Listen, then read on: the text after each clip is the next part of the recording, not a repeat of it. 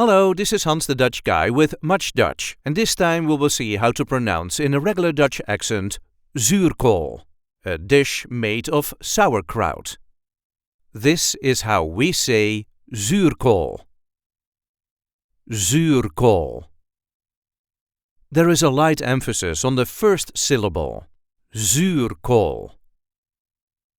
ZUURKOol. ZUURKOol.